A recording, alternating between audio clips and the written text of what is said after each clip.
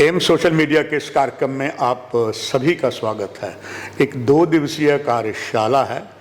इस समय जो हमारी मेहमान हैं डॉक्टर आकांक्षा बिष्ट, वो आपको पहले परिचय अपना देंगे अपने मुखार बिंदु से, फिर इस कार्यक्रम को आगे बढ़ाएंगे। डॉक्टर साहब, मैं चाहूँगा आप स्वयं अपना परिचय दर्शकों को दें। मैं डॉक्टर आकांक्षा बिष्ट, मैं नेशनल इंस्टीट्यूट ऑफ बायोलॉजिकल्स एक संस्थान है, ministry of health and family welfare के अंडर आती है। इस इंस्टीट्यूट में मैं वर्क कर रही हूँ एज अ साइंटिस्ट ग्रेड 1 और हेड हूँ haemovigilance programme of India as well as head of immunodiagnostic kit laboratory. Doctor Akanksha Bisht, यहाँ 2 दिवसीय जो कार्यशाला आपने की है ये भी जारी है। जानना चाहूँगा दर्शकों के लिए कि इसमें जो मुख्य भूमिका आपकी है और जो आप यहाँ पाठ्यक्रम दे रही हैं उसका लाभ जो डॉक्टर्स, नर्सिंग ऑफिसर्स क्या लेंगी और वो पेशेंट्स को किस प्रकार इसका लाभ दे पाएंगे? सर, इससे पहले कि मैं हीमोविजिलेंस प्रोग्राम के बारे में बताऊं, थोड़ा सा संक्षिप्त में मैं बताना चाहती हूं कि नेशनल इंस्टीट्यूट ऑफ बायोलॉजिकल्स जो है वो quality control testing of biologicals में इन्वॉल्व है एंड इसका ये मैंडेट है। अपार्ट फ्रॉम दिस, हमारा जो मैंडेट है हीमोविजिलेंस प्रोग्राम ऑफ इंडिया है, जिसपे हम coordination and implementation of this program करते हैं। इस प्रोग्राम के तहत 2 प्रोग्राम्स आते हैं। एक है रिसिपिएंट हीमोविजिलेंस, जिसपे हम ट्रांसफ्यूजन रिएक्शन को कैप्चर करते हैं, और दूसरी तरफ है डोनर रिएक्शंस, जो हम कवर करते हैं डोनर पार्ट को। सो बेसिक आइडिया क्या है, हम दोनों तरफ के रिएक्शंस को कैप्चर करते हैं, उसकी एनालिसिस करते हैं, फाइंडिंग्स के बाद रिकमेंडेशंस देते हैं with a basic idea to improve the blood transfusion service in our country. Doctor Akanksha ji, ये भी जानना चाहेंगे दर्शक कि आपका जो कार्यक्रम है पूरे देश में चलता है, ये क्या क्या है और इसका लाभ मेडिकल फैसिलिटी जो यहाँ मिली है सभी को और मेडिकल फैकल्टी जो है वो कैसे ले पाएगी? सर, ये जो प्रोग्राम है बेसिकली हमारा एम है कि जब भी हम डोनर रिएक्शंस को कैप्चर करते हैं, डोनर रिएक्शन को कैप्चर करने का ऑफ कोर्स ये फायदा है कि हम डोनर्स की एक विलिंगनेस और एक सेटिस्फैक्शन हम उस पर दे रहे हैं ताकि वो रिपीट डोनर बनकर वापस आए। क्योंकि एक बार डोनर का एक एडवर्स रिएक्शन हो जाता है तो उसके पास वापस आने की जो एक उम्मीद होती है वो डोनर छोड़ देता है, जिसकी वजह से हमें वॉलंटरी ब्लड डोनेशन में कमी महसूस होती है। सो इस प्रक्रिया को कंटिन्यू करने के लिए हम चाहते हैं कि डोनर्स जो है वो रिपीट डोनर आए, और रिपीट डोनर्स तभी आएंगे जब हम उनका ध्यान रखेंगे, उनके रिएक्शंस को फॉलोअप करके उनकी ट्रीटमेंट करेंगे और उनको वेल बीइंग का एक एहसास दिलाएंगे। इस अनुभव में डॉक्टर आकांक्षा बिष्ट, कौन कौन सी कठिनाइयाँ आती हैं और कौन कौन से ऐसे मिथ हैं जो रुकावट बन जाते हैं? सर, सबसे ज़्यादा इम्पॉर्टेंट चीज़ ये है कि ये जो प्रोग्राम है अभी ये as on date voluntary in nature है। सो बहुत सारे सेंटर्स जो हैं वो एनरोल नहीं हैं। कम से कम जहाँ तक मेरी इंफॉर्मेशन के हिसाब से about 4000 blood centres are existing in our country, और 4000 ब्लड सेंटर के बावजूद सिर्फ 1500 ब्लड सेंटर्स जो हैं वो एनरोल्ड हैं इस प्रोग्राम के अंदर। सिंस ये वॉलेंट्री प्रोग्राम है, सो पीपल जो है उनको मैंडेटरी नहीं है, तो एक रेगुलेशन नहीं है कि मैंडेट है कि उनको एनरोल होना चाहिए और रिपोर्ट करना चाहिए।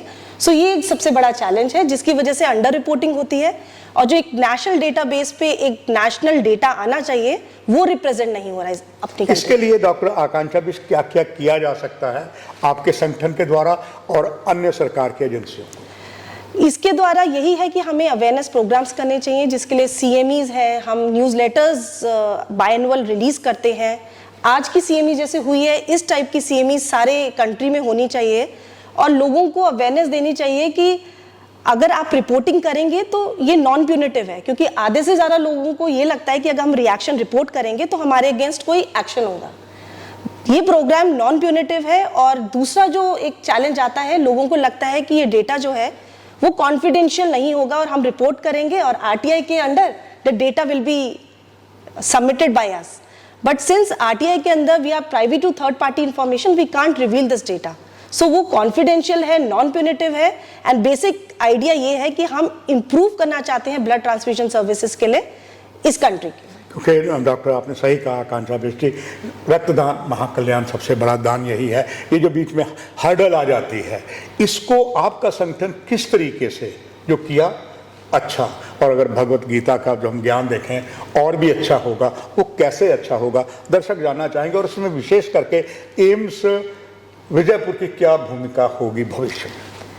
सर हम क्या कर सकते हैं इसमें ये है कि जब भी हम डोनर ऑर्गेनाइजेशंस के साथ हम काफ़ी कोलैबोरेशंस करते हैं, क्योंकि डोनर ऑर्गेनाइजेशन डोनर मोटिवेटर्स हैं जो कि एक हमारा जो एक डोनर पूल है उसको इंक्रीज करते हैं। सो बेसिकली हम डोनर ऑर्गेनाइजेशन के साथ भी काफ़ी कोलैबोरेट करते हैं, काफ़ी सारी वर्कशॉप्स करते हैं।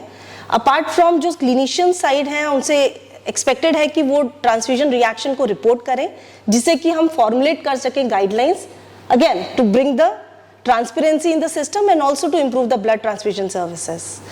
डॉक्टर आकांक्षा बिष्ट, एक तरफ से डॉक्टर्स और साथ में नर्सिंग ऑफिसर, आपने 2 दिन में जो यहाँ अनुभव एम्स विजयपुर में आकर लिया, आपकी पारखी नजरें क्या कहती कि जिनको आपने शिक्षा दी, जिनको बताया, चाहे वो डॉक्टर चाहे वो हमारे नर्सिंग ऑफिसर है, कितना लाभ ले सके और वो लाभ पेशेंट को किस प्रकार वो दे पाएंगे?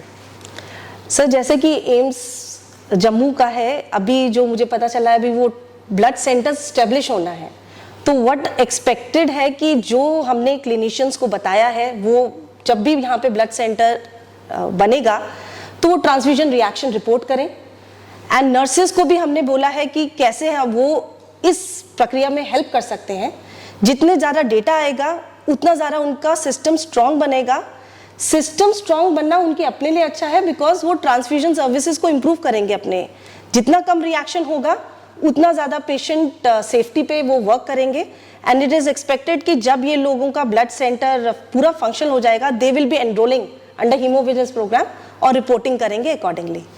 महत्वपूर्ण जानकारियां डॉक्टर आकांक्षा बिष्ट आपने दी हैं। आखिर में एक आपका संदेश देना चाहूँगा सभी के लिए जो लाभप्रद होगा एम्स सोशल मीडिया के माध्यम से। हीमोविजिलेंस प्रोग्राम का बेसिक आइडिया जो है वो है सेफ ब्लड ट्रांसफ्यूजन। सबसे ज़्यादा जो आज की स्थिति है हमारे देश में, सबसे ज़्यादा है कि ब्लड रिप्लेसमेंट जो है वो मांगा जाता है, ब्लड डोनर रिप्लेसमेंट, और ब्लड वॉलंटरी डोनेशंस हमारा काफ़ी कम है। सो इस माध्यम से उन लोगों को जानकारी देना चाहते हैं जो 18 प्लस हैं उम्र में, वो डोनेशन करें। जितना ज़्यादा डोनेशन करेंगे रिप्लेसमेंट डोनेशन ख़त्म होगा, वॉलंटरी हेल्दी डोनेशन होगा, जिसके हिसाब से जिन लोगों को ज़रूरत है देश में इस रक्त की, उनको यूटिलाइज होगा और आप एक नेक काम में योगदान देंगे। धन्यवाद। मुझे आशा नहीं पूर्ण विश्वास हुआ जो आपने ये लास्ट में संदेश दिया, ये सभी को काम आएगा। आपका बहुत धन्यवाद। यहीं दर्शकों कार्यक्रम की समाप्ति। नमस्कार। Thank you so much.